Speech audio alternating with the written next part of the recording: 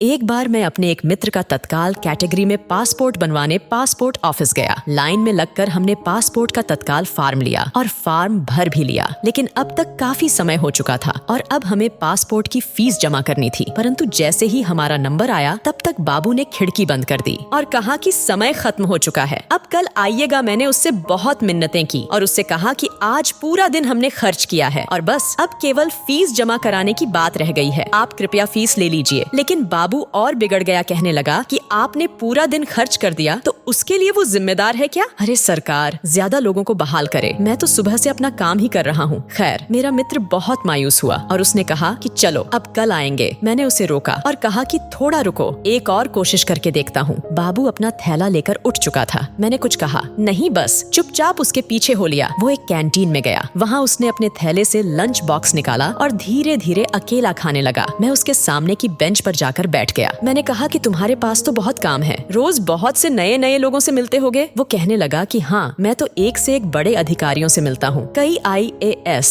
IPS और विधायक रोज यहाँ आते हैं। मेरी कुर्सी के सामने बड़े बड़े लोग इंतजार करते हैं। फिर मैंने उससे पूछा कि एक रोटी तुम्हारी प्लेट से मैं भी खा लूं? उसने हाँ कहा। मैंने एक रोटी उसकी प्लेट से उठा ली और सब्जी के साथ खाने लगा। मैंने उसके खाने की तारीफ की और कहा कि तुम्हारी पत्नी बहुत ही स्वादिष्ट खाना पकाती है। मैंने उसे कहा कि तुम बहुत महत्वपूर्ण सीट पर बैठे हो, इतने बड़े बड़े लोग तुम्हारे पास आते हैं, तो क्या तुम अपनी कुर्सी की इज्जत करते हो? तुम बहुत भाग्यशाली हो जो तुम्हें इतनी महत्वपूर्ण जिम्मेदारी मिली है, लेकिन तुम अपने पद की इज्जत नहीं करते। उसने मुझसे पूछा कि ऐसा कैसे कहा आपने? मैंने कहा कि जो काम दिया गया है उसकी इज्जत करते तो तुम इस तरह रुखे व्यवहार वाले नहीं होते। देखो, तुम्हारा कोई दोस्त भी नहीं है, तुम दफ्तर की कैंटीन में अकेले खाना खाते हो, अपनी कुर्सी पर भी मायूस होकर बैठे रहते हो, लोगों का होता हुआ काम पूरा करने की जगह अटकाने की कोशिश करते हो। बाहर गांव से आकर सुबह से परेशान हो रहे लोगों के अनुरोध करने पर कहते हो कि सरकार से कहो कि ज्यादा लोगों को बहाल करे। अरे, ज्यादा लोगों के बहाल होने से तो तुम्हारी अहमियत घट जाएगी। हो सकता है तुमसे ये काम ही ले लिया जाए। भगवान ने तुम्हें मौका दिया है रिश्ते बनाने के लिए, लेकिन तुम अपना दुर्भाग्य देखो। तुम इसका लाभ उठाने की जगह रिश्ते बिगाड़ रहे हो। मेरा क्या है, कल आ जाऊंगा या परसों आ जाऊंगा, पर तुम्हारे पास तो मौका था किसी को अपना एहसानमंद बनाने का, तुम उससे चूक गए। मैंने कहा कि पैसे तो बहुत कमा लोगे, लेकिन रिश्ते नहीं कमाए तो सब बेकार है। क्या करोगे पैसों का? अपना व्यवहार ठीक नहीं रखोगे तो तुम्हारे घर वाले भी तुमसे दुखी रहेंगे। यार, दोस्त तो पहले से ही नहीं है। मेरी बात सुनकर वो रुआ सा हो गया। उसने कहा कि आपने बात सही कही है पंडित जी, मैं अकेला ही हूँ। पत्नी झगड़ा कर मायके चली गई है, बच्चे भी मुझे पसंद नहीं करते। माँ है मगर वो भी कुछ ज्यादा बात नहीं करती, सुबह 4-5 रोटी बनाकर दे देती है और मैं तन्हा खाना खाता रहता हूँ। रात में घर जाने का मन भी नहीं करता, समझ में नहीं आता कि गड़बड़ी कहाँ है। मैंने हौले से कहा कि खुद को लोगों से जोड़ो, किसी की मदद कर सकते तो अवश्य करो। देखो, मैं यहाँ अपने दोस्त के पासपोर्ट के लिए आया हूँ, मेरे पास तो पासपोर्ट है ही। मैंने दोस्त की खातिर तुम्हारी मिन्नतें की, एकदम निस्वार्थ भाव से, इसलिए मेरे पास दोस्त हैं। एस्टरिस्क तुम्हारे पास नहीं है। वो उठा और उसने मुझसे कहा कि पंडित जी, आप मेरी खिड़की पर पहुँचिए, मैं आज ही फार्म जमा करूंगा। और उसने काम कर दिया। फिर उसने मेरा फोन नंबर मांगा जो मैंने दे दिया। इस वाक़े को बरसों बीत गए। इस दिवाली पर एक फोन आया। रविंद्र कुमार चौधरी बोल रहा हूँ। पंडित जी, कई साल पहले आप हमारे पास अपने किसी दोस्त के पासपोर्ट के लिए आए थे और आपने मेरे साथ रोटी भी खाई थी। आपने कहा था कि पैसे की जगह रिश्ते बनाओ। मुझे एकदम याद आ गया। मैंने कहा हाँ जी, चौधरी साहब कैसे हैं? उसने खुश होकर कहा, पंडित जी, आप तो उस दिन चले गए, फिर मैं बहुत सोचता रहा। मुझे लगा कि पैसे तो सचमुच बहुत लोग दे जाते हैं, लेकिन साथ खाना खाने वाला कोई नहीं मिलता। मैं साहब अगले ही दिन पत्नी के मायके गया, बहुत मिन्नतें कर उसे वापस घर ले आया, जबकि वो मान ही नहीं रही थी। वो खाना खाने बैठी तो मैंने उसकी प्लेट से एक रोटी उठा ली। उससे कहा कि साथ खिलाओगी? वो हैरान थी और यकायक रोने लगी। मेरे साथ चली आई, बच्चे भी साथ चले आए। साहब, अब मैं पैसे नहीं कमाता बल्कि रिश्ते कमाता हूँ। जो आता है उसका काम कर देता हूँ। पंडित जी, आज आपको हैप्पी दिवाली बोलने के लिए फोन किया है। अगले महीने बिटिया की शादी है, आपको जरूर आना है। बिटिया को आशीर्वाद देने रिश्ता जोड़ा है। आपने वो बोलता जा रहा था और मैं सुनता जा रहा था। सोचा नहीं था कि सचमुच उसकी जिंदगी में भी पैसों पर रिश्ता इतना भारी पड़ेगा।